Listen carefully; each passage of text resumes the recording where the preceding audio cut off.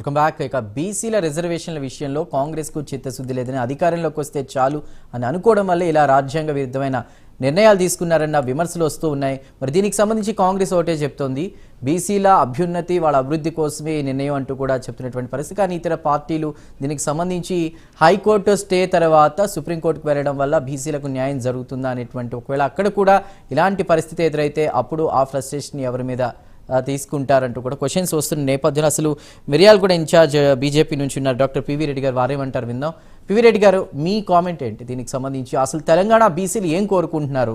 రాజ్యాధికారాలా లేకపోతే రాయితీలా? ఇప్పుడు కాంగ్రెస్ పార్టీ ఇచ్చిన హామీల మాట ఏదైతుందో హామీల మాట ఇచ్చి మడమ తిప్పే ప్రయత్నం చేస్తూ ఉన్నారు.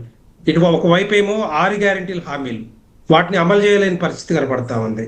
దాంట్లో 2-3 తప్ప మిగతా అన్ని కూడా తొంగుల తొక్కి రేపు లోకల్ బాడీ ఎలక్షన్స్ వస్తున్నాయి కదా, వాటిని లోకల్ బాడీ ఎలక్షన్స్ లో ప్రజలందరూ తిరగబడతారని, కాంగ్రెస్ పార్టీ మీద తిరగబడతారన్న ఆలోచనతోటి హామీలు ఎక్కడ పోయినాయి?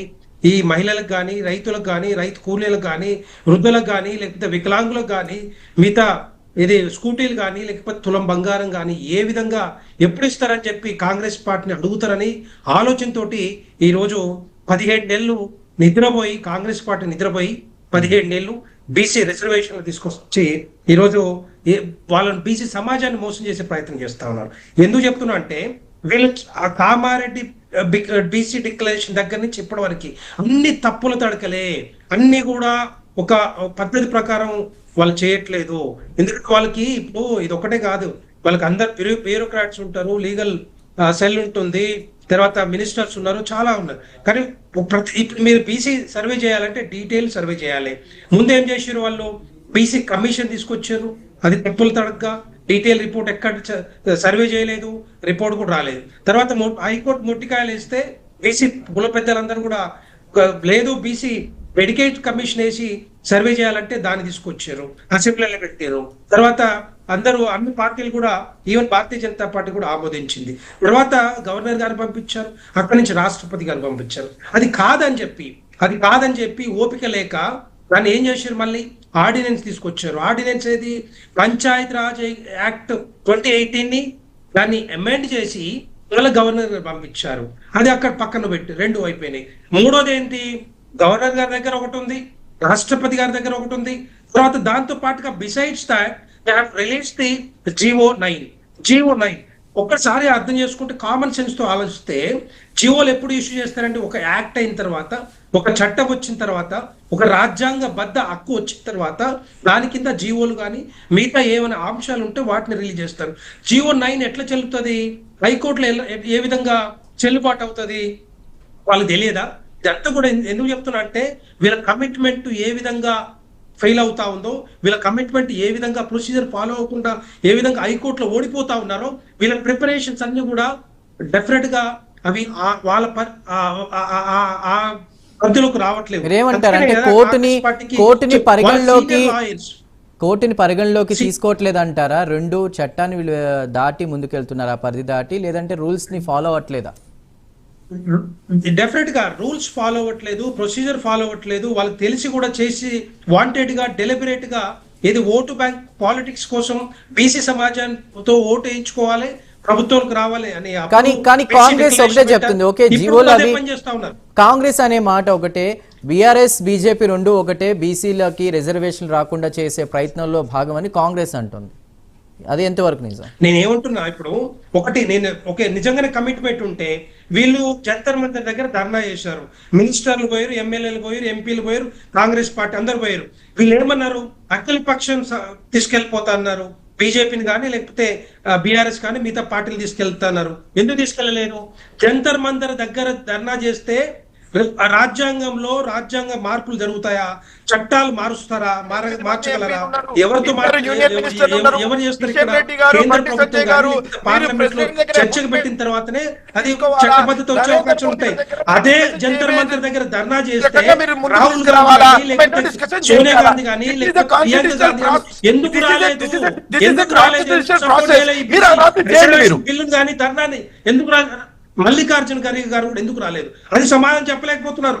అంటే ఇదంతా ఏంటంటే బీసీ సమాజాన్ని ఓటు బ్యాంక్ గా ఖర్గే గారు వాడుకునే ప్రయత్నం చేస్తా ఉంది గాంధీ గారు ఎందుకు రాలేదు? కాంగ్రెస్ పార్టీ మేము చిత్తశుద్ధి లేదు ఎక్కడ కూడా. ఇచ్చినామండి. నేనేమంటున్నా, వారి ఈ మాటే హామీలని వారి ఏ మాటే స్కూళ్ళలో పరమావధిగా మేము అదే సర్వే విధంగా ఈ చేయించినామండి. బీసీ ఎట్లా సమాజాన్ని మాట్లాడతారండి మీరు? బీసీ వాళ్ళు ఓట్ రాలేదు, బ్యాంక్ వీళ్ళు రాలేదు వాడుకొని చెప్పేసి బీసీ వీళ్ళు ఎందుకు రాలేదు? రిజర్వేషన్ బీజేపీ వాళ్ళు ఎందుకు రాలేదు? దాని గురించి తోటి సమాధానం ఈ చెప్పండి రోజు ముందు. ప్రయత్నం చేస్తున్నారు. రేపు ఏమంటారు, హైకోర్టులో వీళ్ళ సీనియర్ కాన్సుల్ పట్టుకొచ్చారు. అభిషేక్ మన్ సింగ్ పట్టుకొచ్చినా కూడా ఆయన ఏంటి ప్రొసీజర్ ఫాలో కాలేదు కాబట్టి ఆయన వాదన వినిపించలేకపోయిండు. అందుకే అక్కడ హైకోర్టులో ఓడిపోయింది. అందుకే దాన్ని స్టే ఇచ్చారు. స్టే ఇచ్చిన తర్వాత కూడా మనం ఇప్పుడు సుప్రీంకోర్టులో స్పెషల్ పిటిషన్ వేస్తే హైకోర్టులో కాదని కానీ వద్దని కానీ చెప్పలేదు కదా ఎక్కడ కూడా. దాని మీద ఏంటి కౌంటర్ ఫైల్ కానీ ఇప్పుడు హ్యూమన్ గారు అంటున్నారు కదా, రావాల్సిన వాళ్ళు వచ్చారు, మీరు ఎలా అలా చెప్తారు రాలేదని అంటున్నారు కదా. హైకోర్టు ఏమంటారు చందు గారు? రావాల్సిన వాళ్ళు ఏది చెప్తే అధిష్టానం అది ఫాలో అవుతున్నా, ఎందుకు మీరు రాలేదని అంటున్నారు, ఆధారాలు ఉన్నాయి కదా అని చెప్పి అంటున్నారు కదా హ్యూమన్ గారు వచ్చినట్లు. ఏం ఆధారాలు ఉన్నాయి చెప్పండి. ట్రిపుల్ టెస్ట్ ఏమైనా పాస్ అయిందా? ట్రిపుల్ టెస్ట్ ఎక్కడ పాస్ అయింది చెప్పండి ఒకసారి. ట్రిపుల్ టెస్ట్ అనేది బేసిక్ ఎడ్యుకేషన్ కమిషన్ వేసిన తర్వాత అది రిపోర్ట్ సబ్మిట్ చేయాలి. సరే, అది పోయింది.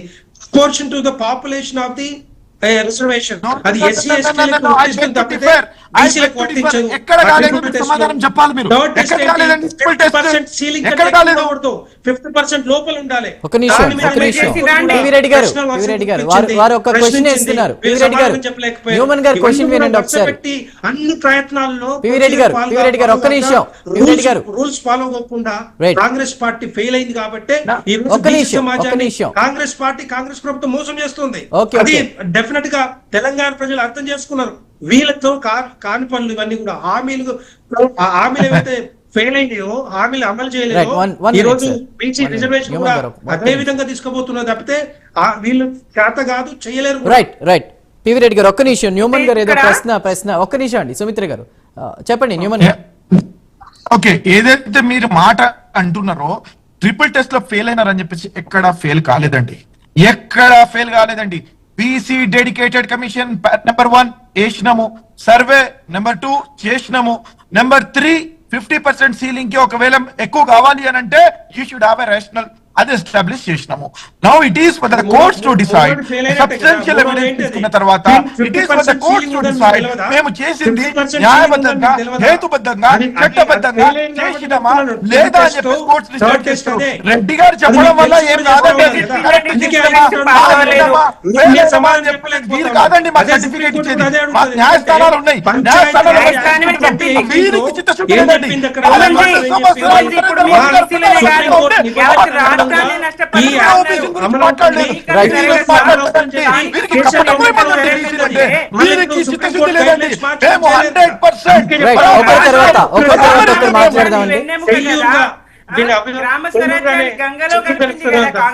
ఫెయిల్యూర్ గానే పోతా ఉంది తప్పితే ప్రజలందరూ కూడా అదే అనుకుంటున్నారు.